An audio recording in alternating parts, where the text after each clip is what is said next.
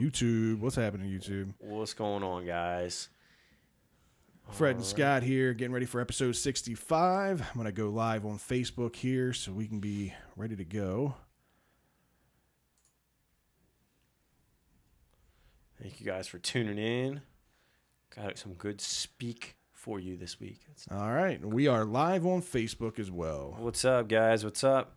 Facebook, YouTube, welcome to the party. Periscope, Twitter, all you guys out there, Birdland BS Nation. Appreciate you tuning in. Fred and Scott in studio, getting ready for episode 65 of the Birdland BS podcast. We got a lot in store. An exciting week in Birdland sports, so we got a lot to cover. Does that even begin to describe it? Yeah, I guess that's kind of putting it mildly. Puts it very mildly. Yeah, it's awesome when you walk into work after a big win like that, and getting everybody's reactions and the excitement, and everybody's just in a good mood. Yeah, right. All right. Almost ready, guys. Give us just a minute. Finishing up here. Welcome to everybody who's come into the live stream. Like I said, we are getting ready to go live here in just a minute as we're finishing up some of our posting and getting all of that together. What's up, James? First man in the room, as always, my friend. What's going on, my friend? Ryan Hewitt, James, Christy Hewitt, all in the building. The Birdland BS fam. Everybody enjoying it. I see you, Christy. All right.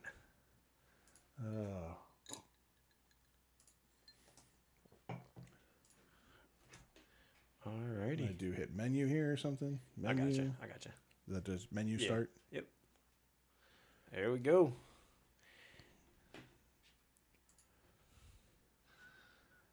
All right. Good to go. Those of you that are on YouTube and Twitter, let us make sure you can hear us. Make sure you can hear us. Yeah, and you guys, again, everybody out there in Birdland BS Nation, you got any questions, anything that you want to hear us talk about on the show, please drop your comments on the live stream so we can answer as many questions as possible. Hashtag BLBS Nation. There it is. You ready to go, Scott? I am. Dub that down there for a second and be ready. And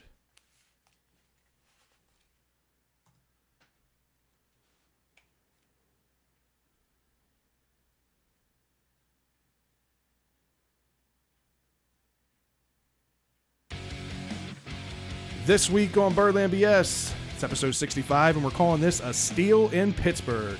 That's right, the Ravens steal a division win. Up next, the Dog Pound. Terps prep for the Wolverines, and a bittersweet end in Birdland. Stay tuned.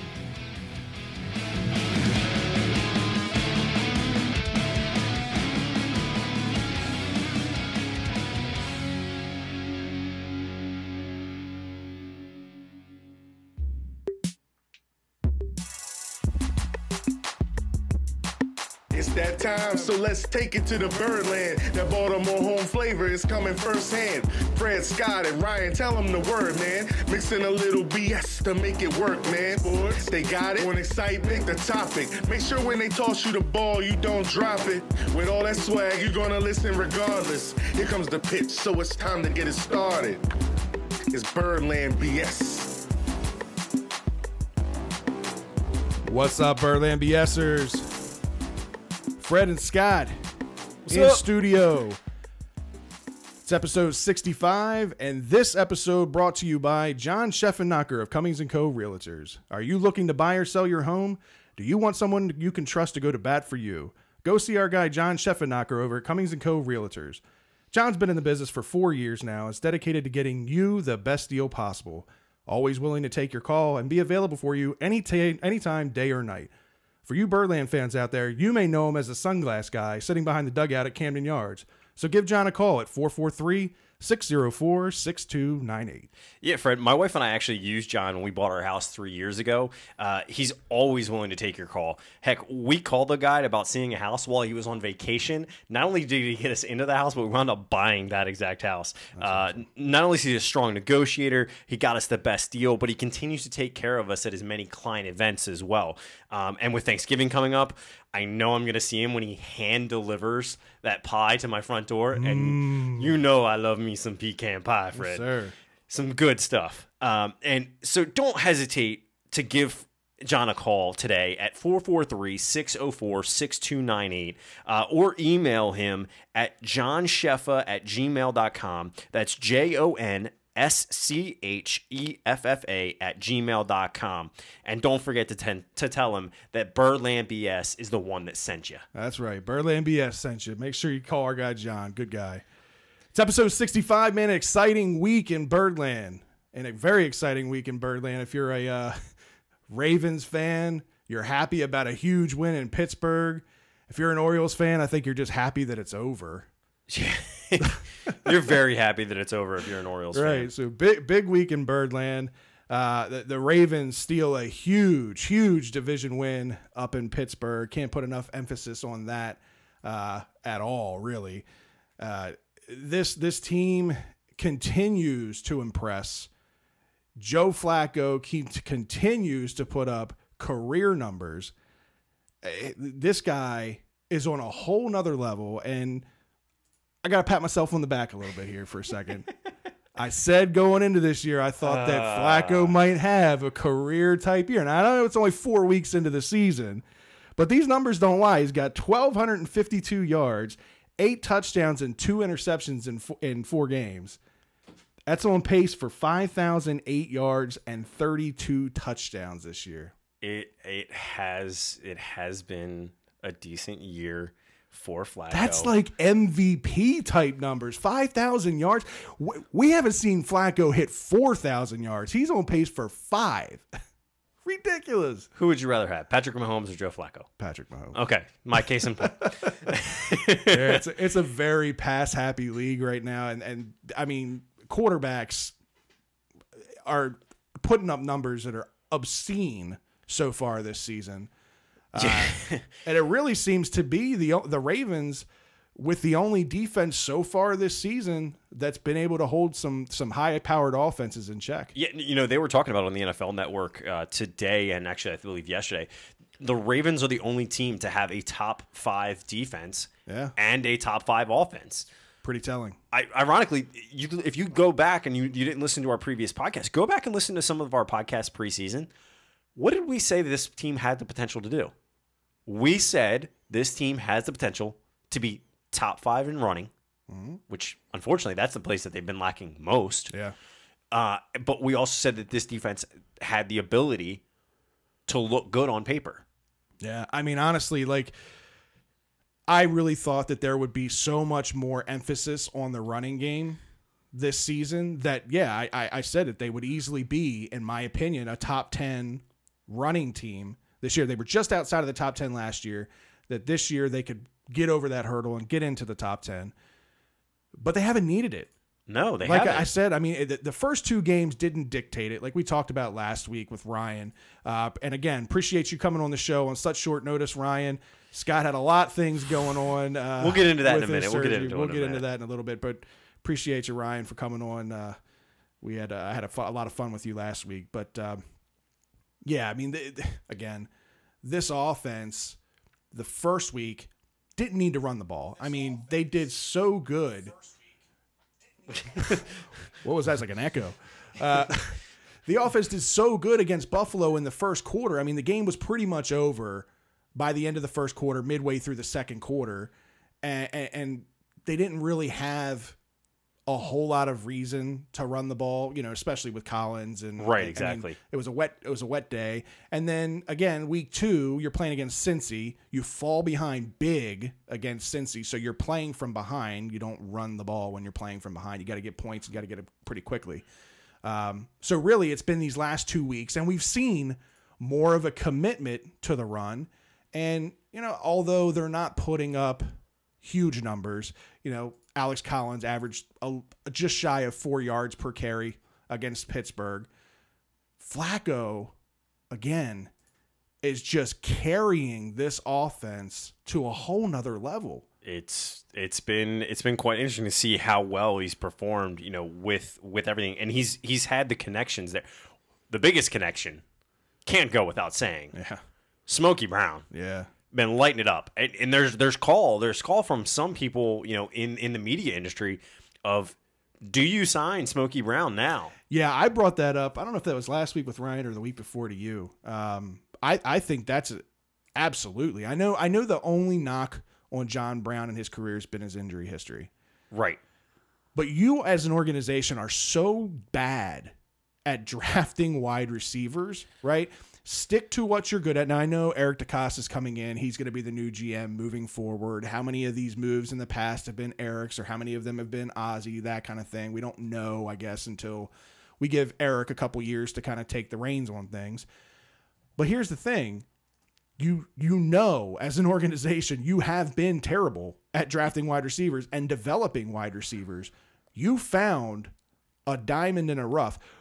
I'm not saying John Brown is one of the best wide receivers in the game, but he complements Joe, and Joe complements him very well. They have a chemistry that they've developed in a very, very short amount of time. And one thing that I've always kind of knocked Flacco for is his ability to hit receivers in stride, especially with the deep ball. You know, he has one of the best deep balls. He has one of the best arms in the league. But he's always had these passes that kind of leave receivers having to slow down and wait for the ball to get there, that kind of thing. He's never been able to hit his receivers in stride. It's been a big struggle. But he's been able to do that with John Brown without a hitch. Yeah, no. Well, and, you know, George on YouTube brings up a good point. You know, there is some cause for concern with other receivers that aren't performing at the level that we thought, like a Crabtree, who's been kind of struggling with the drops a little bit, you know, and the concern for me with that is, you know, Crabtree, while we didn't go out and we didn't spend the bank on him, we spent a little bit of money, you know. Yeah, the thing with Crabtree, you knew going into getting him, he was a guy that was prone to dropping the ball. That was one of his knocks. He is a very boom or bust type receiver as well. He makes the big plays when you need him the most, and then I don't know if it's a concentration thing with him where he's not watching the ball into his hands, but there were a few drops. There were a few drops in this game, and I think he has 6 or 7 drops already on the season. So I totally agree with you that Crabtree needs to clean that up.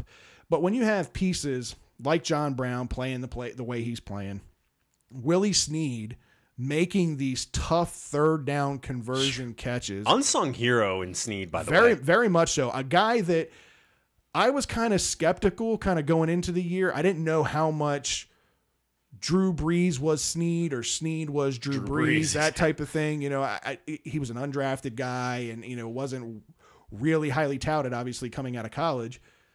But he's done well. Again, he's not putting up ridiculous stats, but he's getting a good amount of catches. He's built a good rapport with Flacco. He's shown that he has good hands and that he's not afraid to take a hit. For as little as a guy as he is, he'll put his head down and he'll go up with the biggest of the guys.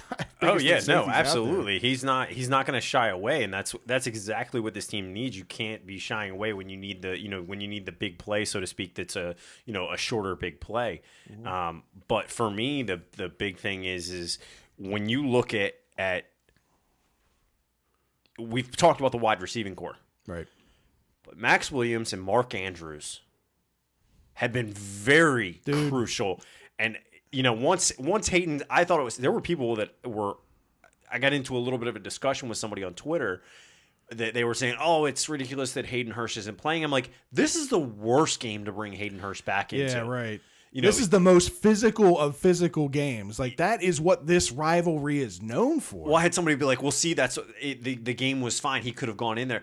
But you don't know how that game's going to play out. And being the history of this team, these teams, up until last week, up until this week, these teams have always had 3 or 6 point games. Oh yeah, 3 and 6 point games, and they're always black and blue type games. I mean, like, there's injuries coming off the field. Guys absolutely. are roughed up. Yeah, no, absolutely. So I think Hayden Hurst, come back, but Max Williams has surprised me. Dude, he was a guy that I had kind of written off in the beginning of the year. A guy that, looking at the numbers, I didn't see the team carrying 4 tight ends and all of that, and then obviously the Hayden Hurst injury kind of bought Max, in my opinion, Max Williams some time. It did. To kind of prove himself.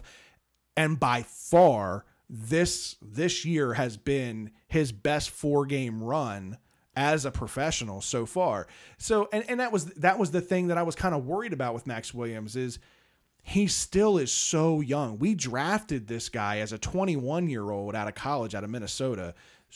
A super young guy, even though he feels like he's been in the league for a while. I think he's still only 24, 25 years old. Yeah. I think he actually is younger than Hayden Hurst, our first round draft pick.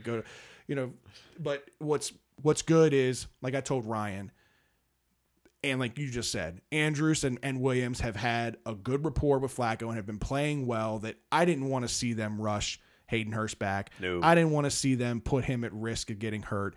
We didn't need him. We're going to need him moving forward. Give him that extra week of rest. Let him come back at his own pace.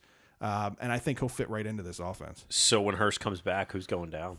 I don't know, man. That's a tough call. I mean, like I said, before, the easy call for me would have been Max Williams. Right now, I mean, out of all the tight ends that they have, really the only one that's kind of not doing a whole lot in the offense would be Nick Boyle, but he is so important as a blocker that I can't see him not being on the roster. They've got some big decisions to make with the roster coming up, with obviously Jimmy Smith now coming back. After his suspension, they got to make a roster spot for him. Hayden Hurst coming back. Yeah. They've got a lot of things a lot of shifting around that they've got to do. But man, what a huge week and a huge win against the Steelers. Going into this game, there were a couple of things that I wanted to look at and pay attention to, and I thought would be crucial to whether the Ravens come out victorious in this game or not. First thing, obviously, containing all the weapons that Pittsburgh throws out there. Yeah. I mean, all across the field, you've got, AB on the one side, you've got Juju on the other side, you've got the rookie wide receiver in James Washington, you've got this young up and coming with a chip on his shoulder, James Conner running back, who's played really, really well up until this week. And then you've got Big Ben, who Big Ben is Big Ben. I mean, he's putting up numbers, and he's always played well against us. But man, we did a really, really good job of shutting him down, specifically in the second half. Absolutely. I mean, this defense gets the game ball. Yeah. I said after the game, Wink gets the game ball ultimately, because he led that defense with the play calling and got them to a point where it was shut down defense. Yeah. I'm not going to say old school Ravens-esque because it was a completely different era, right, but it was a new era of what I hope we see a lot more of. Because going into this next game, one of the things they did great with was, they limited Brown. They limited Schuster. They limited Connor. So you limited their 3, outside of Ben, their 3 biggest weapons. Absolutely. McDonald is the only one that really kind of stood out, and that's because he carried like 4 guys at one time. That dude's a strong guy. He's the guy that stiff-armed a guy in Tampa Bay. Stiff-armed a guy right to the IR. Yeah, right. But, to see us contain all of those guys, it gave me hope. And we're going to talk about it in a few minutes about the game against the Browns, because I think that plays a huge role moving forward. Yeah. Because one of the things we saw was against Cincinnati, what could we not do? We couldn't contain their big weapons. Right. We couldn't. And so to have us be able to contain our big their big weapons and get the Steelers down and kind of back on their heels in the second half, right, was great to see, and they need to carry that momentum. And one big thing I thought was huge in this game, and really so far this season, the difference with Wink Martindale, right? To some from the outside, you might not notice certain things, but if you really pay attention, in years past with this team, one of my biggest critiques was Dean Pease never matched up their best corner with the opposing team's best wide receiver. It was a side of the field type thing. Jimmy played up top. Whoever else was playing down low played down low. And he never had a corner follow a receiver all around the field. We see that this year. Marlon Humphrey locked down AB. I mean, yes, he had the one touchdown, but outside of that, AB is AB. To give up one touchdown to AB? This guy, I mean, he's going to put up 100 to 150 yards without, I didn't look at the stats. Did you look how many receptions AB even had? I think he had 5 or 6. Okay, so to limit AB to 5 catches in that game, in one of the biggest rivalries in all of football? Yeah. I think he had like 5 or 6 catches, maybe like 60-some yards, and he had the one touchdown. That difference in keeping Marlon on AB, stopped AB. Brandon Carr played on a whole nother level. This is a guy that, again, I was kind of hard on. Preseason, I said he was going to make this team because he was the vet back there. He's the vet, but he's also a guy that later on in last year had slowed down a little bit and was getting beat by certain receivers. But he played really, really well against Juju. In specifically the pass deflection that he broke up in the touchdown in the end zone. Yeah. Unreal. I mean, he literally punched that ball straight out of his hands in the end zone, and that was a game changer. It was a huge game changer. Yeah, the other game changer for me is the way Jefferson's been playing. Yeah.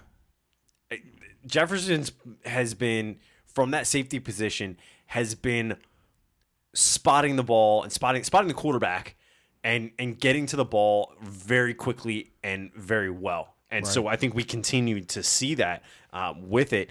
The other thing that we saw was special teams kind of getting back on track a little bit in this game. Yes. Very clean snaps. You and I talked about that, and you mentioned that. What do you think the big difference was between 2 weeks ago and this past week? I don't know. I mean, again, Ryan and I were talking about this last week. Morgan Cox is a guy that you don't really think about. You don't really talk about him much just because he's just so automatic with stuff.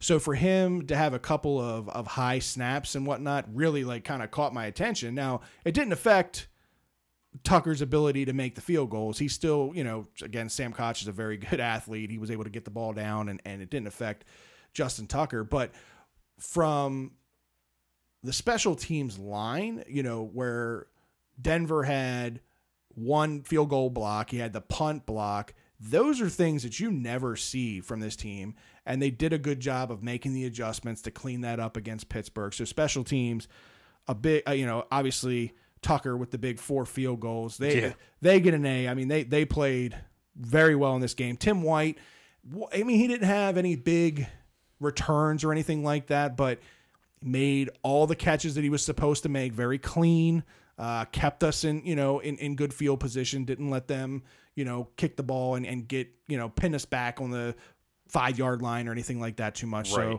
So, Tim White, again, he might not be the explosive returner, but very sure-handed. So I like what we saw on special teams. It's just, I think defensively, this team is just, it's on another level. You hear Eric Weddle saying, "This ain't the same Ravens. This ain't the same Ravens," in all his interviews every time. And it's not. It's a totally different defense. This offense again is putting up numbers that we've never seen from a Joe Flacco led offense. Yeah. As dirt-to-dirt as Marty Morningwig might be, and as dirt-to-dirt as Joe Flacco might be, they complement each other pretty darn well. And it's not drinking the purple Kool-Aid. That's not being a homer or anything. Just look at the numbers. Top 5 offense, and it's no run. We haven't talked about it yet. We're going to get to it here in a second. Top 5 offense with essentially no running game. Right, exactly. Alex Collins had a big fumble there that actually opened up the door for the Steelers here. Right. I mean, this is impressive without a running back when that's the one thing we all thought was going to be sure. Right. We thought Alex Collins was going to be, what it was. And for those out there that are giving Alex Collins a hard time, give it some time. Alex Collins, again, the first 2 weeks didn't have to do a whole lot. these last 2 weeks, he hasn't done bad. He just hasn't broken off the big chunk yardage that we're looking for. But he's taken those 3, 4, 6, 7 yard gains. I'm drawing a blank on his name, but the guy that did the coach that did the interview, they're not who we thought we were. Who we thought they were. Who was that? Dennis Green. Yeah, he's not who we thought he was. He's not who we thought he was. That's how I feel like Ravens fans are with Alex Collins, and it's not the case. You're exactly right. You got to give him some time, because here's the deal: when you, as Smokey Brown continues to do what he's been doing, Snead continues to do what he's been doing, Andrews, as long as these guys are continuing to open up the field as the way that they've been doing, and John Brown getting back behind the safeties consistently as he has been, right? All you're going to do is you're going to pull the middle linebacker back into a little bit more of a coverage zone defense, and that, guess what? Alex Collins is going to start finding some holes, right? And once he does, it's good. The problem is Alex Collins has been stopped at the line of scrimmage. When Alex Collins gets open field, that's when he's getting his chunk yardage. Right. But if he can't get past the line of scrimmage, if he can't get that hole, because the offensive line isn't, they held up a little bit better in this game, but they haven't been holding up as good as we've expected or wanted them to. And once they do that, or once something gets figured out in the play calling and the positioning and the roles, then maybe we see Alex Collins start to break these off a little bit easier and a little bit quicker. Yeah, I mean, I give a lot of kudos to the offensive line. The offensive line has played above my expectations going in. When I first looked at Harbaugh's selection for the starting offensive line, which has been consistent here for these 4 games, I didn't think it was his best 5 that he had out there. And look, still don't think it is, by the way. I still don't think it is, but they're playing at a pretty good level. They're really good at pass protection. They're just not that great at run blocking. That's where they're struggling. But again, even if you're struggling with that, you don't want to get away from having that balance. You don't want to become too predictable of an offense. Nobody is really game planned for the Ravens as being this pass happy threat, pass threatening team. But now they've got 4 games on tape that show that the Ravens can put the ball up and put the ball in the air, and it's not going to be just a running, grind it out type game, that the Ravens are capable of putting up 30-plus points in a game. Right. When's the last time we could say that we had an offense that's able to put up 30-plus points in a game? I can't think of a time. I can't. Right. So, I mean, look, the offense is playing good. Enjoy it. I think the running game will come along. Alex Collins will get back to what we saw a little bit of last year. But again, defensively, this team has far exceeded my expectations, especially in coverage. I thought, when we had the corners get injured and we had Jimmy get the suspension and all that stuff, I had no issues with Marlon Humphrey. Marlon Humphrey's a good guy, good corner. Tavon Young, I thought getting him back was crucial to this defense. He's a good slot corner. It was that Brandon Carr. It was that other side that I'd been worried about. But again, he played lights out. And another guy, not secondary-wise, but an unsung hero, in my opinion, that's kind of gone under the radar that nobody really talks about, Anthony Levine. And he was huge in this game. Yeah, absolutely. I pulled up some stats and was looking at some numbers. When he was in the game yesterday, or not yesterday, Sunday, the Ravens defense was giving up 2.6 yards per play. When he wasn't on the field, 6.8. 2.6 to 6.8. That's a huge difference. 2.6 is going to shut you down. And he also had 3 huge pass deflections on 3rd down, which forced, the Steelers to punt the ball to us. Again, a guy that kind of goes under the radar. I call him the Swiss Army knife of the defense because I like that. He kind of does a little bit of everything. You can line him up as a safety. You can play him in the box as a linebacker. You can even play him outside to get a little bit of pass rush. Like, he is all over the field, and that's what, versatility will extend your career a long time in the NFL if you can do multiple things like that. The more you can do, the better off you are. Absolutely. I mean, you may not be getting paid a ton right off the bat, but you'll make your money over time. Don't worry, you'll make your money over time. Yeah, and you mentioned that Tony Jefferson, playing a big game. What was your take on that interception, fumble, whatever they wanted to rule it? To me, it looked like an interception, but they ruled it like a strip fumble. I'm looking at fantasy stats like that's an interception, but they ruled it as like a strip fumble. I would call it a strip fumble because it never hit the ground. He literally just took it out of his arm and landed on the ground with it. Almost returned it for pick 6, but his leg got touched or something. So it was barely got touched, but it was leg touching leg or arm touching leg or whatever. Right. Yeah, no, that's the play that I was most impressed with because he just straight out was like, give me that. Just took it away. Just from give him. me that, and I got it. And that's the mentality he had. But you know what? Good on him because that's the mentality they need to have. One thing I don't like though, and it's a tale of the story for this defense that could wind up being their downfall, and it's what happened with McDonald. Right. Sometimes they get a little too Ed Reed happy. And what I mean by that is they're too worried about stripping the football instead of making the tackle. Yeah, I mean, I have noticed that with some of the guys trying to, ripping at the arm, trying to make that big play. That was a big Ed Reed move, but yeah. The difference between the way that they are and the way that Ed Reed would try to strip, and if he couldn't, guess what? You were getting wrapped up. Right. He could do both. He could do both. But one of these guys, they go through and try and hit it out, and it becomes a problem. And it's my only qualm right now with this defense is just making sure that we are trying to tackle primary. Right. That's always should be your primary focus, not stripping the ball. It's hard to poke holes in this defense right now. It really is. It is. They've been playing amazing. They're playing so well. You just got to hope that it continues. That they one of the things is Brandon Williams and Michael Pierce weren't really on the field a whole lot together in this game, and I think they're doing some things with substitutions and whatnot that are designed to help keep players fresh. I was talking to another guy at work today, and he was talking about he feels there's a lack of pass rush from this team, and I don't think it's a lack of pass rush. I went and looked at the stats. The Ravens are only rushing on 20% of their plays. 20%.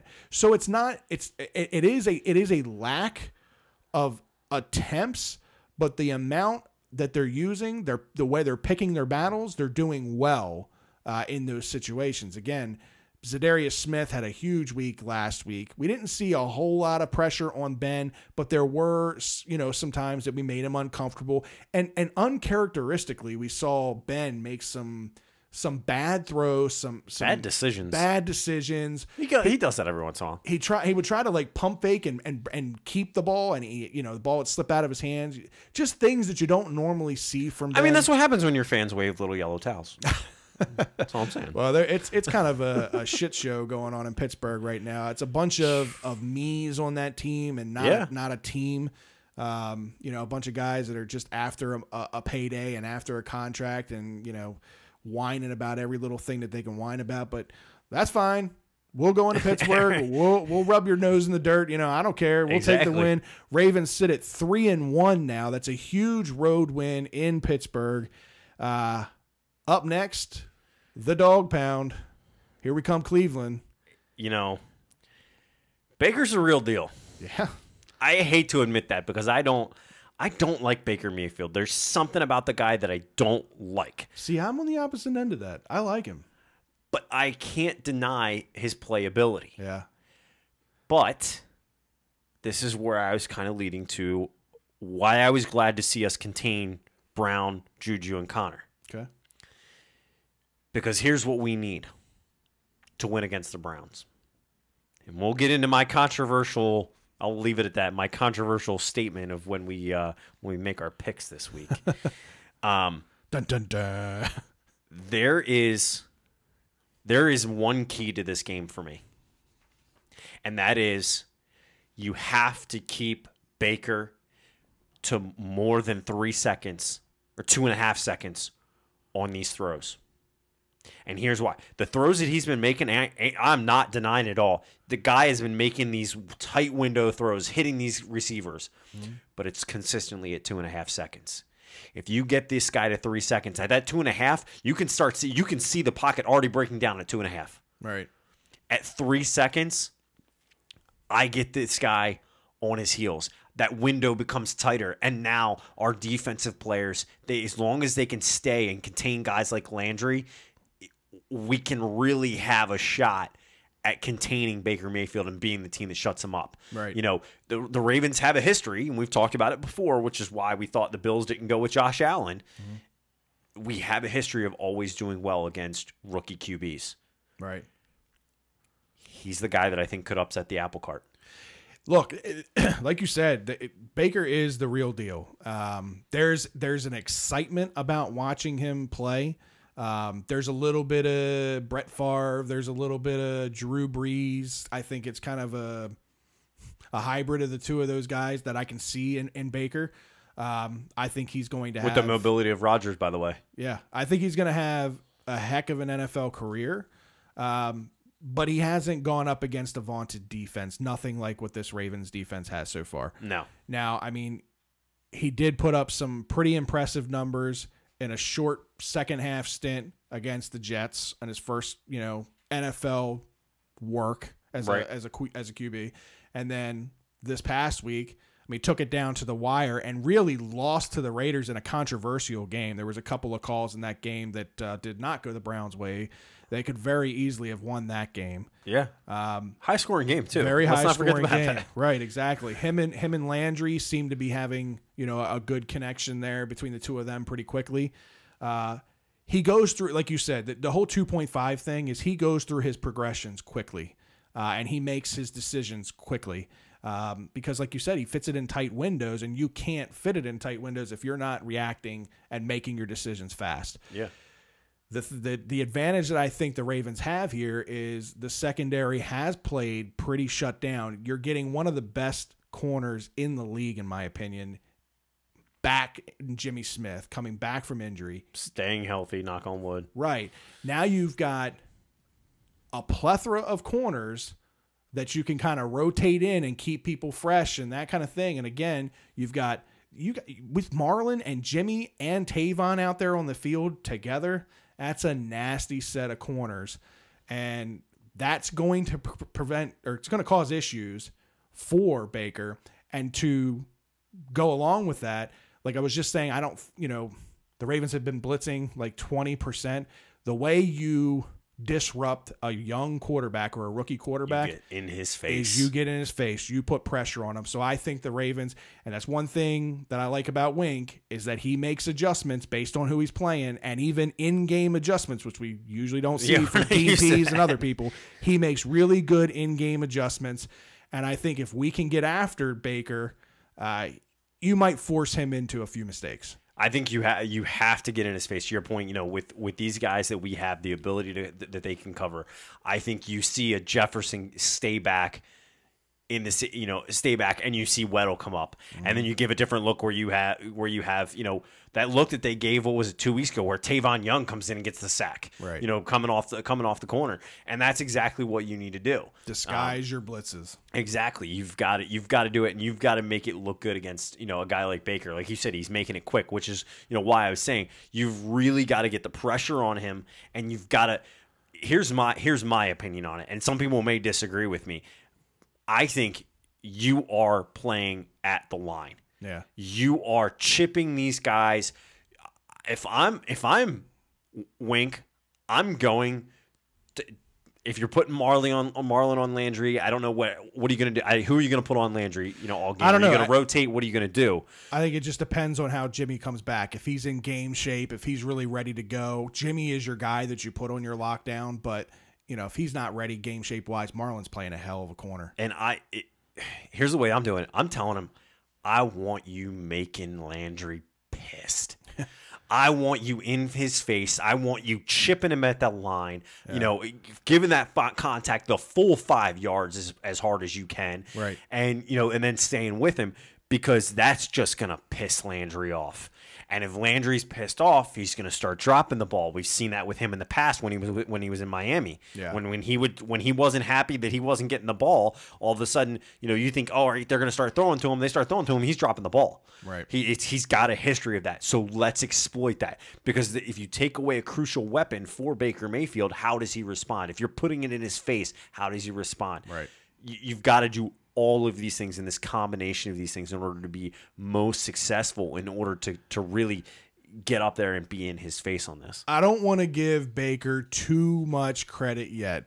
He's still a rookie. He's only played a game and a half. And again, he hasn't faced a defense like this. I think the bigger worrisome thing for me with this team is our offensive line against Myles Garrett. Myles Garrett is an absolute animal. I said the same thing, though, about Von Miller when Von Miller came to town, and we did a pretty darn good job at containing Von Miller. But Myles Garrett, young kid, built like a brick shithouse. I mean, this guy is unreal. He's like, Greek god looking, but very smart, very intelligent, and he's going to give Stanley issues all day long. So to your point with Baker getting the ball out fast, Flacco has also been getting the ball out fast, and that's a trend that we need to see continue in this game if we're going to have success and put up the kind of points that we've been putting up. Yeah, you have to if we're going to continue on the offensive side of the ball. This O-line has to hold up. You've got to be knowing that you're going to be able to. Now, look, they did a great job against the Broncos in stopping Chubb and Von Miller. You know, when's the last time you heard of Von Miller pretty much being silenced throughout the game? Right. You know, it just doesn't happen. Right. But I think it really goes to show, you know, what this defense actually can do, what this offensive line can actually do. And as long as they're using the right schemes, using the right protection schemes, I think you give Joe a little bit more comfortability and get the ball to his guys. Yeah. They're gonna have to chip. They're gonna have to use double teams to keep Myles Garrett away from him. But you just need to give Joe enough time. I mean, he is on another level in confidence right now that I've never seen out of Flacco. Just listening to him even talk in the post game interviews after this game, you know, he instead of being happy and content that they just won a big game on the road, you know, he was upset because he felt like there was a lot more points left out there. Right, he left some stuff on the table. Right, and that's what you want to see out of Joe. That's what we've been waiting for 11 years is, man, get that fire. And finally, we're starting to see a little bit of fire from Joe. And again, you know, confidence goes a long way in sports. I don't care who you are. Yeah, it does. If you can put up these kind of numbers and it does something to your self-esteem, it does something to your ego, and that stuff carries on. And it's the same thing on the opposite end of that. If you play like crap and you let that bother you, it can really hinder your season. Yeah, it absolutely can. So hopefully we can continue on this patch, but let's get right into it, man. Let's get into our predictions for this game. Well, let's look at last week first. Yeah, all right, let's go for it. Last week for Thursday Night Football, it was the Vikings versus the Rams. Ryan, what and a game that I know, was, right? Man. It's a crazy game. 38-31 was the final there. You know, all of us underscored this game. We all picked the Rams. We were all right as far as the Rams. I think Ryan was the closest. Yeah, Ryan was the closest on this. But man, what an offense! The Rams are scary.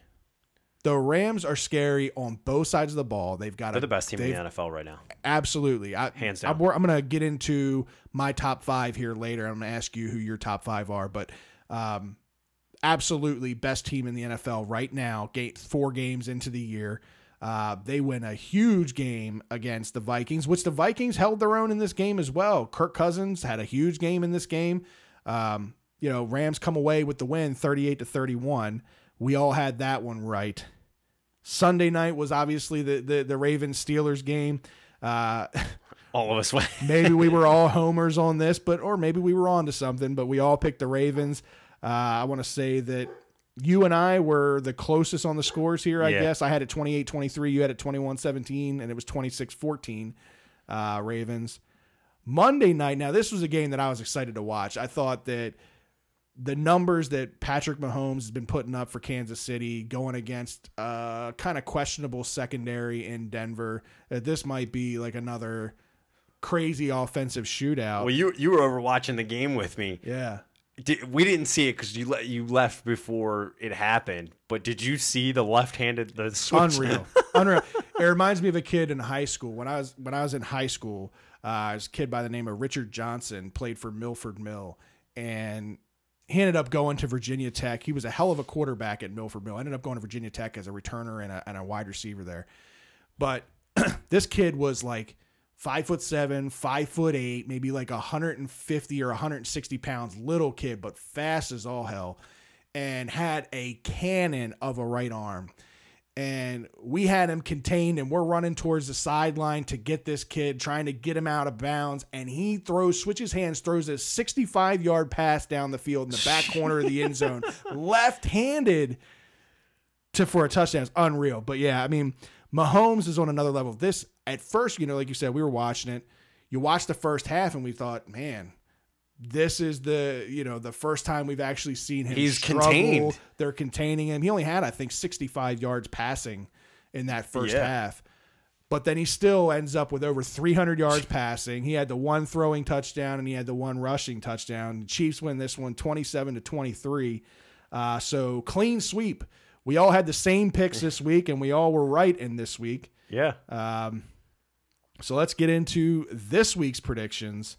Obviously, we were just talking the Ravens and Browns Sunday at 1 o'clock in Cleveland.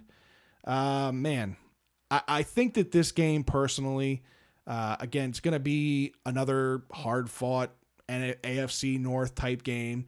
The Browns defense is better than most people expect. I think Myles Garrett, like I said, is going to cause some issues.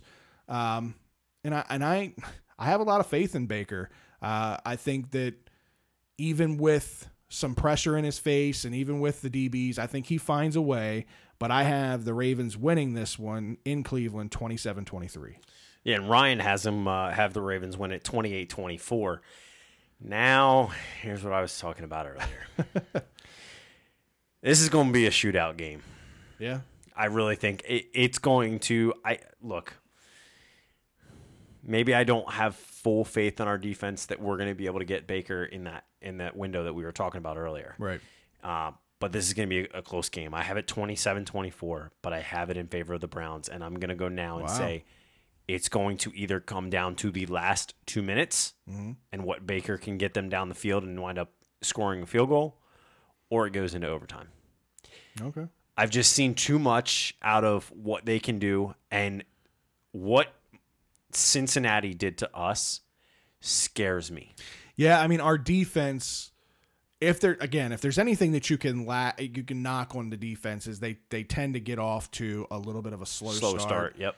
But like I said, Wink with his adjustments, in-game adjustments and all that stuff, I mean, they've shut teams down on a pace that's unreal. I think they've given up, 9 points or something like that? They've given up 9 points in the second half. It's the first time a team hasn't let up a touchdown in the second half of a football game in the first 4 games since 2006.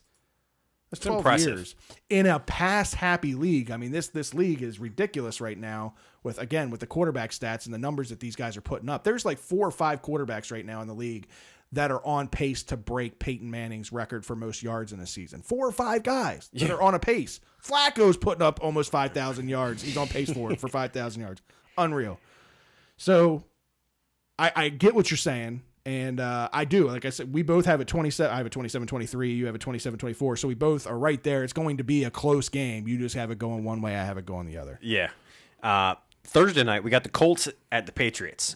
Colts are 1-3. Patriots are 2-2. This game, I have Pats.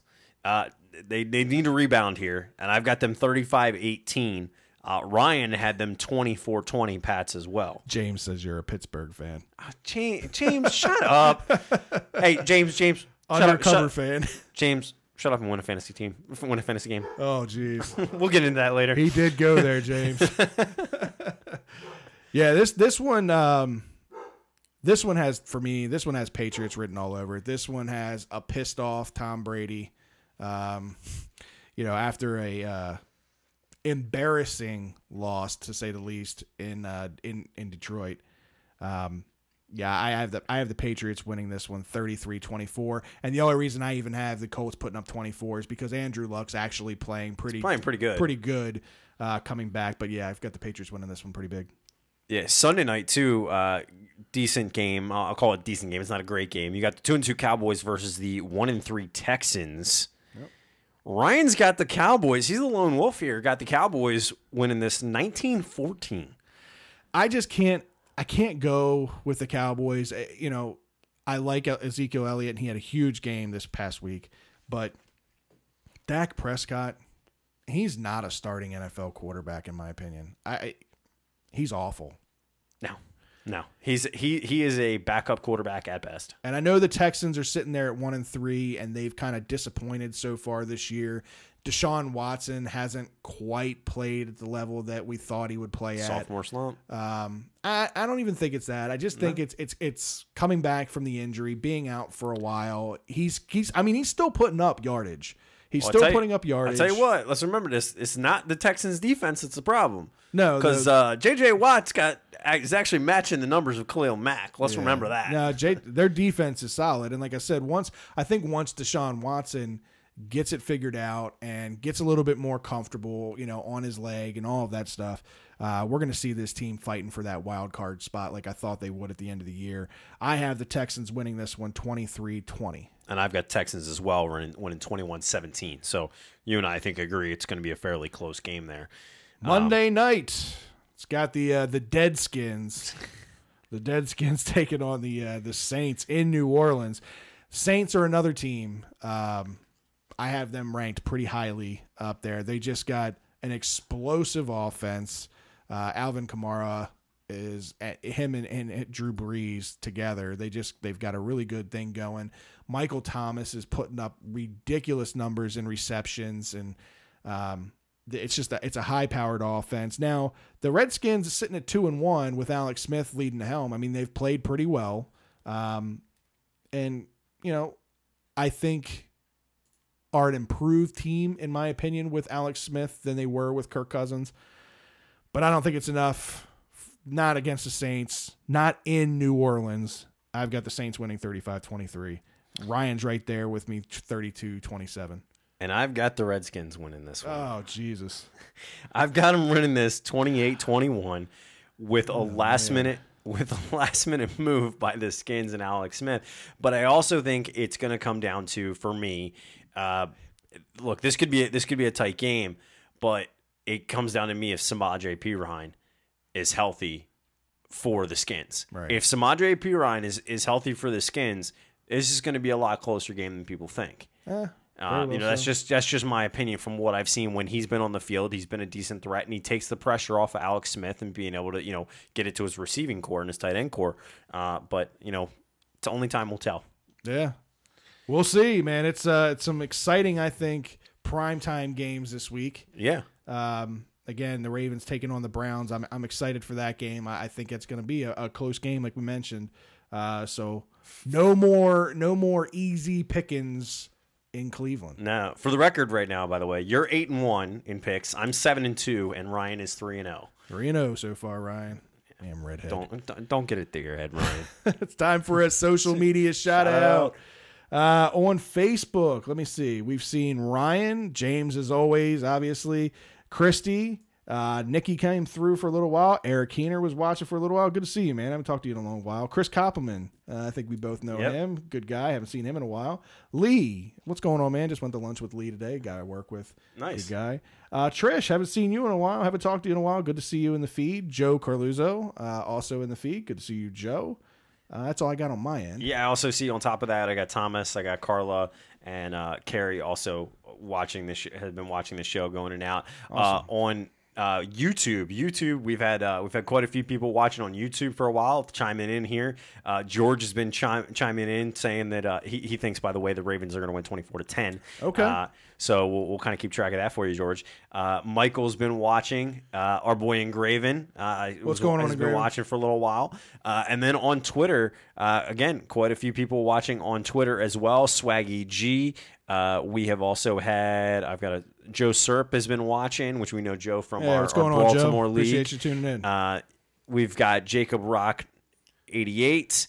And Real Jordan T has been kind of coming in and out. Don't ever leave me again, Scott, and make me read those Twitter names. Twitter is like the worst with trying to read the handles. I'm sitting there, I'm like, yeah, social media shout out. We got I don't even know how to pronounce this name. And then you had a doo-doo in there. And it was like it's just, Twitter is like a whole nother world when it comes to Twitter handles. It is. You know, it's the only thing we don't get is we can't get like the actual name. So we're having to use Twitter handles. But James brings up a good point. Going back to the Saints real quick, he said Breeze is only 200 yards away for the all-time record in passing yards. That's pretty. Yeah, he's pretty. That's pretty impressive. You know, for a guy that in the beginning of at the beginning of his career, I don't think the Chargers really realized what they had in Drew Brees and. Obviously had the Breeze and the Rivers situation and all that stuff. And, Breeze very close to being a Miami Dolphin at one point in his career and right before he went to the Saints, and how different would his career had been for a guy, of his stature and his arm strength playing outdoors 8 games a year versus playing in a dome, right. Those things. But hell of a career for a guy that really wasn't that highly touted out of college. Yeah, no, I mean, he'll be a Hall of Famer in my opinion. Oh yeah, absolutely, definitely be a Hall of Famer. Absolutely. Before we move on to Terps, real quick, we said at the kind of the beginning of the show. Yeah. Just kind of a quick little thing. I actually was out last week. You heard the guys Don't talking. Leave me. Never again, Ryan. So I actually had to have surgery. Had to have my gallbladder removed. Fun times because I had to go in a day earlier than planned. I was having some severe pain, fever, and they were actually worried at one point about my appendix also being a problem while I was in there. Oh, luckily, they got in there. They were able to get it pulled out. My appendix is fine. Colon was fine. Guy actually, the surgeon, 20 minutes into the surgery, calls my wife in the operating room while he's operating on me, calls my wife. We're asking her some questions, making sure, because they saw something inside and they were worried about, some different issues. She was like, no, he doesn't have any of those issues. He was like, okay, all right, well, let me get back to this. Like, goes back to doing the surgery. But they pulled it out. The crazy part is they said that my gallbladder, there's a term for it. I actually go see him on Thursday. I'll find out the actual term. But he described my gallbladder as looking like a soggy piece of wood. Ugh. Like, I was like, yeah, that doesn't sound good. I don't want that in my body. I said this to you last night. I've never seen anybody that's gone through the gallbladder surgery or anything, and you were showing me last night some of the incisions. It looked like your doctor was like going all over the canvas trying to find this thing. Just is it here? Nope. Poking a hole. Is it here? We're going to poke a hole here. Nope, that isn't it. Poke a hole here. Nope, that isn't it. No, it was so it was robotically assisted. They put the robot over you, and it's 4 of the robot arms go in, and they all, that's why there's 4 incisions, and each one's doing something different and pulling it out a different way, and able to look in and do a camera and everything. So it was quite interesting. Honestly, pain wise, I'm so happy to have it out. I'm not having the pain that I was having prior to it. And then the other side of things from the pain standpoint, I took 1 dose of pain medication right after coming out of surgery and haven't looked back. I've been taking ibuprofen, been fine. Wow. So a little bit of achiness, really kind of because I got to watch out. I got to sleep a certain way, and I can't sleep on my side. I'm a side sleeper. Right. I don't know about anybody else, but I love sleeping on my side, but I can't sleep on my side, and it's killing me. That would drive me crazy. It's killing me, man. But yeah, no. So I'm good. I'm getting good to have you back, man. I'm glad everything went well and speedy recovery. It's a slow recovery, but hopefully it speeds up here a little bit on it. But Terps football. Yeah, we didn't get to see anything this week because it was a bye week for that. Yeah, not a whole lot to talk about as a bye week. But I mean, again, the Terps 2 weeks ago, big win at versus Minnesota at home, the 42-13 win. They've got this game coming up Saturday on the road at a tough Michigan Wolverine team. I think they're ranked 15th in the nation right now. Yeah, they're sitting at 4-1. Now they did come off of a close road win versus Northwestern, 20-17, in a game that I would have thought Michigan would have had a little bit easier time with. So maybe Michigan's not playing at their best football right now, and the Terps catch them on their heels. Catch them on their heels and catch them unexpectedly. Hopefully that Michigan's not expecting a whole lot of Maryland. Like we've talked about in the past couple of weeks, Maryland is a very run-first team, and they've got a good set of backs. So, -1 now. Yeah, -1. We did lose one the other day. Lorenzo Harrison goes down with a knee injury. Right. And down for the season, by the way. Yeah, and you hate to see that. But, if there is a position that this team is deep at, like I said, running back is it. So they do, have some flexibility with some guys there. The thing that's going to be huge in this game is, do we get Savage back from injury? How long is he out? I haven't seen the updates on that. The secondary's really, really going to be tested in this game. They've got to step up to the challenge, and having Savage out there is crucial for this team. Yeah, I mean they stayed locked down against Minnesota, and they need to stay that way against this tough Michigan team. Michigan is a heavy favorite for this game. Right. Even despite, like you said, with the close game, the too close for comfort type game for me. If I'm Michigan against Northwestern. But the other thing that's got to happen on the offensive side of the ball is this O-line has to continue to protect Kasim Hill and give him the room and time to see down the field. Because I tell you what, when this kid gets time, he finds targets. Yeah. And he finds holes. He's got a lot of young wide receivers that he's throwing to, obviously losing DJ Moore last year. He's looking for that go-to guy, and I think DJ Turner can be that guy. They just got to get on the same page. Again, some of these games that they've played so far this year, they've just stuck to the running game because it's worked and it's been so strong. But when you get up against some of these powers, like the Michigans, like the Ohio States, like the Wisconsins, you got to, again, kind of like the Ravens, you got to keep that balance. And, Kasim Hill having time, like you said, it's going to be huge for this team. Yeah, it has to be. It has to be. That's the only way that they're going to be able to handle this Michigan defense, is that the other line's got to hold up and give him the time. Yeah. So, well, I'm happy about this part. I'm happy. I'm happy. I'm sad. A little bit of a mixed bag of emotions talking about the Orioles. The Orioles season finally came to an end this weekend, Sunday being the last game. The Orioles finished at 47-115, officially 61 games back. EJ on Twitter says go Terps, by the way. Yeah, go Terps. Officially finished 61 back in the AL East. They finished with a big 4-0 win against the Astros. They split the series 2 games apiece in what was more than likely Adam Jones' last game as an Oriole, Buck Showalter's last game as the manager of the Orioles. So it was a bittersweet ending for me.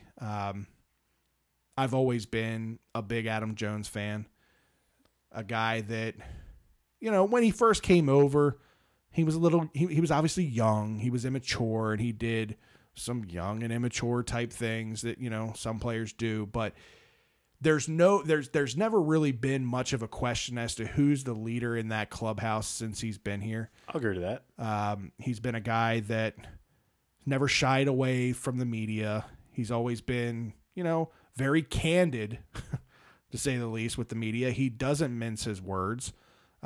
He's a guy that, depending on how you look at it, you can like that or you can dislike that. But I personally like a guy that doesn't sugarcoat things, the guy that keeps it real. I mean, and that's exactly what Adam Jones does. And on the bigger than baseball type things, what he's done in the Baltimore community, what he's done for the fan base, and just what he's done as a whole for this organization, this city, it goes far beyond baseball. And what he's done for some of the inner youth and things. These aren't things that players are obligated to do.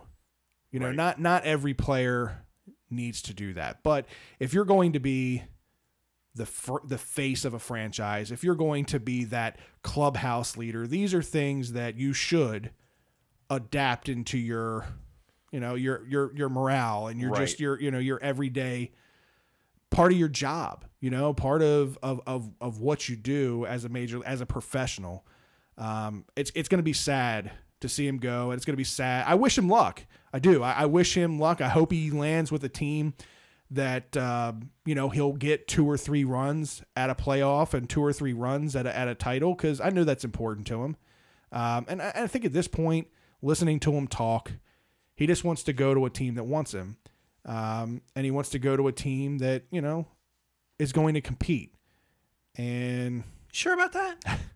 we'll see. I mean, I understand he had the opportunity to go to Philadelphia, and maybe there was some hostility between him and Duquette or the front office, whoever that hostility. Again, maybe there were some things that you can question that maybe he didn't handle the best way. But there's no question in my mind, Adam Jones, he's a future Oriole Hall of Famer, and he'll forever be loved in Birdland. Look, I don't disagree with most of what you said. The thing that I would disagree with is I could care less if he goes to a contender, and that's, you know, as a player. Or let me rephrase this: as a community member, Adam Jones has gone above and beyond for this community, starting with Boys and Girls Club, doing all the little stuff, sending that team to the Little League World Series, and taking care of, you know, little stuff like that. Adam has always done that. But for me, don't run your mouth, and I've said this before, because that's exactly what he said. What he did, you said it. He didn't. He doesn't mince his words. He wanted to go to a contender. Guess what? Philly was a contender. They're not in it, but are they not in it because you didn't go to them? We'll never know. But I do know that every other player that the Orioles traded right now is sitting in the playoffs. That's true. We are 100 for 100, 100% on that. That's true, and I'm not cutting you off. No, or anything. go ahead. I'm just going to combat you because, and I've already said this to you, but for those that have never heard my argument on this, if you listen to what he said in the podcast that he talked to CC Sabathia, what was the podcast? Ryan Russo, R2C2, yeah. R2C2. If you listen to what he said in that podcast, the whole reason I think behind him not going to Philadelphia wasn't the fact that it didn't give him an opportunity to chase a ring, because it did give him an opportunity to chase a ring. If Philly plays a little bit better down the stretch, they're in the playoffs. Here's the thing with Philly that ruled it out for Adam. Adam feels he has 3 everyday years left in him as an everyday outfielder. Right. Philly was looking at him as a platoon outfielder in Philadelphia. If you commit to a team to being a platoon player, that affects your value on your next contract. He's a free agent at the end of this year, right? So his next contract is his last contract. And if you're any kind of smart businessman, which I think Adam Jones is, he's smart business-wise, it is about money to a degree, right? And it's also about Adam's a grinder. Adam's a player, right? He doesn't want to. He doesn't want to be that platoon type player. Not yet. He truly believes in himself. Maybe it's not center field. Maybe it's right field. Maybe it's left field. But he believes with the numbers that he puts up, with his abilities, that he could still be an everyday outfielder for 3 years. But if he sells himself short, goes to Philly and shows them that he's ready to be a platoon player, now MLB free agency, he's looked at as a bench player, platoon player type thing versus being an everyday player.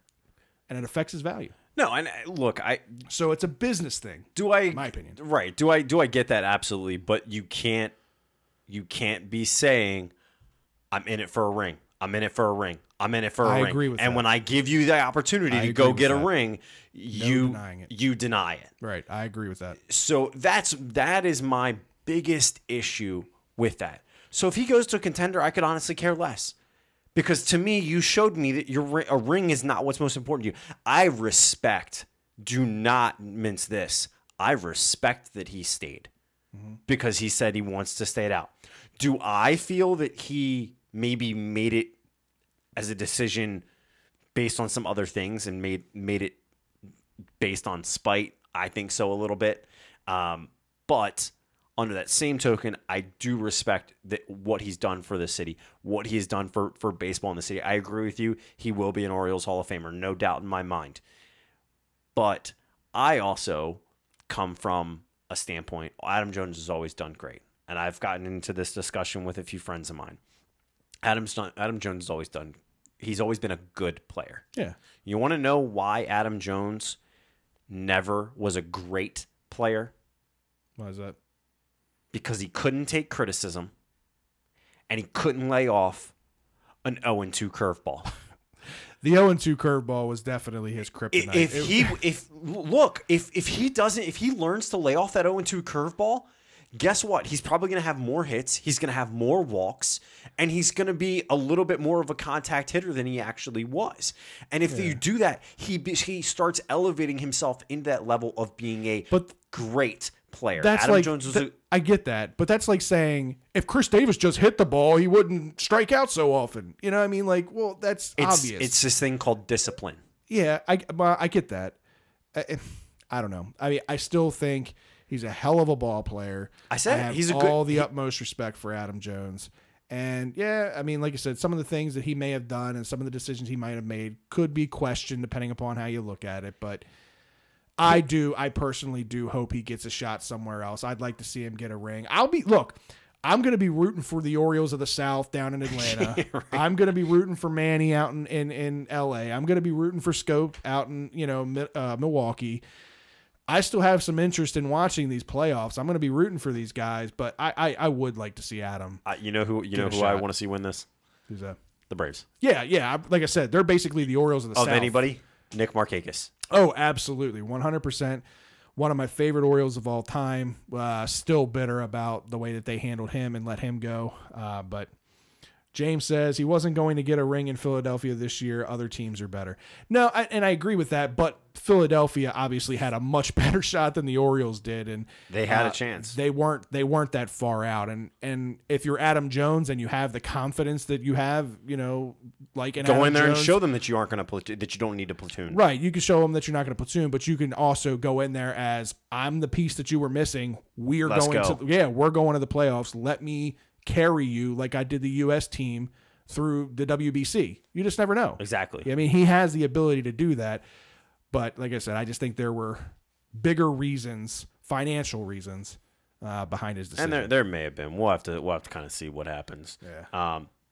So to wrap up the Orioles, like you said, 61 games back, 47-115. Do we do better next year, or are we the same?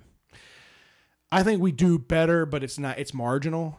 I still think we're like a 50 to 60 win team next year. I don't really see us being more than 60 wins. I think if we finish with more than 60 wins next year, it's a win. That's a good thing for this team. I think we'll win. I think we'll end with 50-55. That's where I'm at too. Yeah. So if we're plus 60, we're on the good side of things. Yeah, absolutely. Real quick before we get into our fantasy, I wanted to show everybody because I got it in today. Actually, ironically, oh nice. I got in the Birdland BS hat. So you guys heard me, and saw me talk about it, showing everybody on Facebook, and there's the Twitter and the YouTube.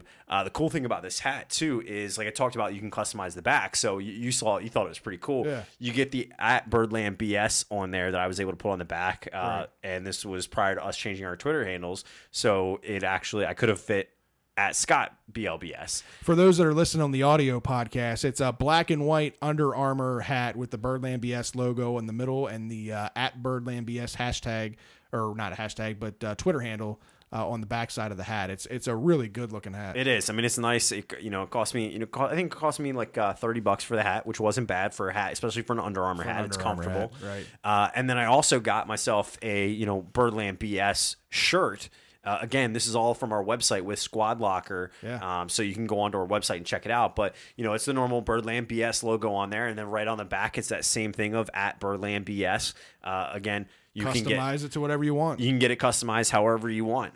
So, you can join the BLBS Nation and get it, be a part of it and get it customized to your liking. And there's a bunch of different styles on there that we've got. There's an all black hat, there's an all gray hat, an all white hat. But I like the white and black mix. I thought it looked clean. BirdlandBS.com. Go check out the gear page. We got everything there. Yeah, absolutely. Everything's right on there. So I got that in today, so I had to share it with everybody so that they saw it. Looks great. But into the fantasy football recap, let's jump straight into Birdland BS. Yeah. Our league. I'm just going to say it because I go against him next week. James, win a game, please. But not this week against you, right? But not this week against me. That's the only thing I'm saying. You're gonna go 0-5, and then you can win a game. James Go ahead. holding down the fort down there at what's he 0-4 now, maybe 0-3. He's 0-4 right now. He lost this week. Yeah, this week I went up against PJ, and I always say about PJ. PJ is a sneaky. He's good, a silent assassin. He is, man. He's a sneaky good fantasy player, and his team didn't disappoint. I was projected to win this game prior to the game at 121 to 112, but ended up losing 154 to 98. Puts me at 3-1. That's my first loss on the year. I got a redhead coming up next week, so coming up this week. So it's gonna be. You're projected to lose this one. Yeah, I haven't made any adjustments on my roster yet, so I think I got some on. Guys on bye right now. Gotcha. But yeah, Ryan, you're going down, my friend. And I took on Brian this week. I was 0-3. Brian was 1-2. It was a projected close matchup, 114 to 111, and I won with the highest. That is right, people. The highest score this week, 160 to 87. So I am now 1-3 and take on the 0-4 James, 0-5. And I'm projected to win again, 101 to 83. As we know, as we've always said, projections don't mean anything in fantasy football. But I think it's safe to say that James is going down. Redhead with an important win this week. Sitting at 1-2 going into this week, was up against 3-0 Jess, who's been off to a really good start. It was projected to be a very close game, 109 to 108 is where the projections were. Ended up Ryan winning this game 143 to 114. Ryan has been very boom or bust with his games this year. He's either put up a ton of points or not putting up hardly any. Puts Ryan at 2-2 on the year. Like I said, going up against me next.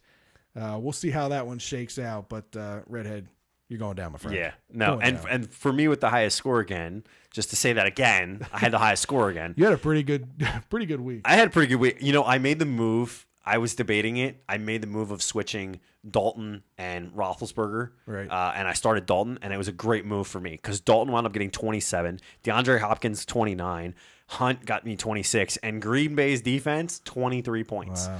So really putting it up this week. Yeah, for you Birdland BSers out there, start talking some trash, man. You guys go into the Facebook chat group that we got. Start talking some mess, man. I haven't seen you guys in there. It hadn't been active in a while, so let's start talking. But Baltimore in our league that we do with a bunch of other podcasters and different bloggers from the Baltimore area, we went into this week 2-1 and going up against Mr. Fantasy Football himself, KZ Ken Zales from at Fans Fantasy and at PressBoxOnline.com. This was a game that I was worried about. KZ, drafts well, knows his crap. I mean, he gives fantasy football advice for a living. Exactly. So guy does pretty well. And my team didn't disappoint. They put up 120 points, but his team put up a little bit more than ours did at 146. Yeah. So that drops us to 2-2 on the year at 500. Going up this week against John Darcy. Right now we're projected to win this game pretty handily, 129 to 94, but we all know projections mean nothing. Exactly. John Darcy, check him out at JD Fantasy FB on Twitter and JDFantasyFootball.com. Back-to-back weeks against guys that do fantasy football stuff for a living. Yeah. He's also a writer for Russell Street Report, so go check out John on Twitter and go check out his work on Russell Street Report. Yeah, exactly. It was. It's going to be quite an interesting go against these guys. I hope we can take. It's a lot of fun in that league, man. A lot of really good personalities, man. A lot of fun people that cover the Ravens. A lot of trash talk too. Oh yeah, absolutely.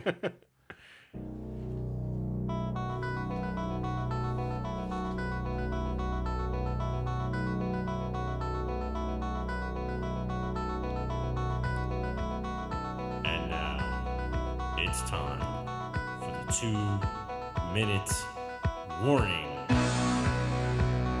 All right, Scott. We welcome you back this week with the 2-minute warning job. Ryan did a pretty good job last week. He did. I was watching from the hospital bed last week. Yeah. All right. Let's get the clock up here. if I can get this to function properly. There we go. All right, Scott, your 2-minute warning. It starts now. All right, ESPN is reporting some controversy in the golf world after the U.S. lost to Europe in the blowout this weekend at the Ryder Cup. I don't know if you watched any of that. It was just horrible. Patrick Reed was stated publicly that he was blindsided, quote, that he wasn't paired with Jordan Spieth based on their past success. Enter an anonymous team member reporting to the New York Post. He is so full of S. Blindsided my A. He begged to play with Tiger. Controversy in golf much? Yeah, right. According to reports, police in Vegas have reopened a sexual assault case against Cristiano Ronaldo from 2009 after a woman has filed civil suit against Ronaldo. Police said that on Monday that they had responded to the assault when it happened on the date that the defendant alleged the civil suit or alleged the report, and they were stated as saying that she did not provide detectives with the location of the incident or the suspect description at the time, but a medical exam was conducted. LaMelo Ball is a ball. He's starting a fight in Lithuania. His opponent appeared to tap him on the head after the ball went out of bounds. His immediate response was to throw a punch at the guy's face. His team was leading by 15 when the incident happened, and the team ended up losing 124 to 116. You know, I really don't want to see a ball in the NBA, or do I? Since it could just get him wrecked from a guy like DeMarcus Cousins. And heck, where's Ron Artest when you need him? Canada's Denis Shapovalov defeated South Korea's Hyung Chung at the Japan Open on Monday in tennis. Did so in dominant fashion with 14 aces and 6 of 7 break points saved. With a final decision as early as December, the city of Seattle continues with being closer to the NFL's next expansion, or NHL's next expansion team. Almost got it through. But after nearing ends of renovations to the Key Arena, the city's now voting on potential team names. I have to rattle these off. Emeralds, Totems, Rainiers, Evergreens, Krakens, Renegades, Sea Lions, Firebirds, Cougars, Eagles, Seals, Whales, Sockeyes. Sockeyes? Yeah, Sockeyes. What the hell is that? It's a type of fish. Oh. But you know which one I like? The Seattle Kraken. Seattle Kraken's good. I like it. I like it. I like it. Sockeyes, though. Wow. Interesting. Yeah. And, puck drop tomorrow, by the way, on the Caps. Yeah. 7:30 tomorrow night. They're going to go against the Bruins. But before they do, they get to flash that banner in front of the Bruins' see their rings? face. Oh, those rings Yeah, are nice. those rings are They're pretty nice. Pretty sweet looking. I might have to see if I can't find another replica like I have of the Ravens rings up there and add that to the podcast. Yeah, that would be nice to sit up there. Yeah, absolutely. You know what would be nice, too? What's that? Or a World Series trophy. Yeah. We got like 20 I was going to say we got a lot of weight on that. we got a long way to go on that one, man. Good Lord. Well, Fred, what a great show again. 65. Yeah, man. We get a steal in Pittsburgh. We're heading into the dog pounds. Yeah. Ravens Orioles end their season. But we want to remind all of our listeners to check us out on www.birdlandbs.com. We have all of our episodes there. You can learn about each of us, contact us. You saw the gear on Facebook, Twitter, and YouTube. You can go get your own. You can get it customized. Check us out, too, birdlandsports.com. Like we said before, we're on there with some other sports podcasters and writers. There's enough content to cover every day of the week for you. It's for fans, by fans. Follow us on Birdland BS on social media accounts on Twitter at Birdland BS, at Fred Birdland BS, at Scott Birdland BS. Check us out on YouTube, Facebook, Instagram. While you're there, like, follow, subscribe, and share to be a part of the Birdland BS Nation.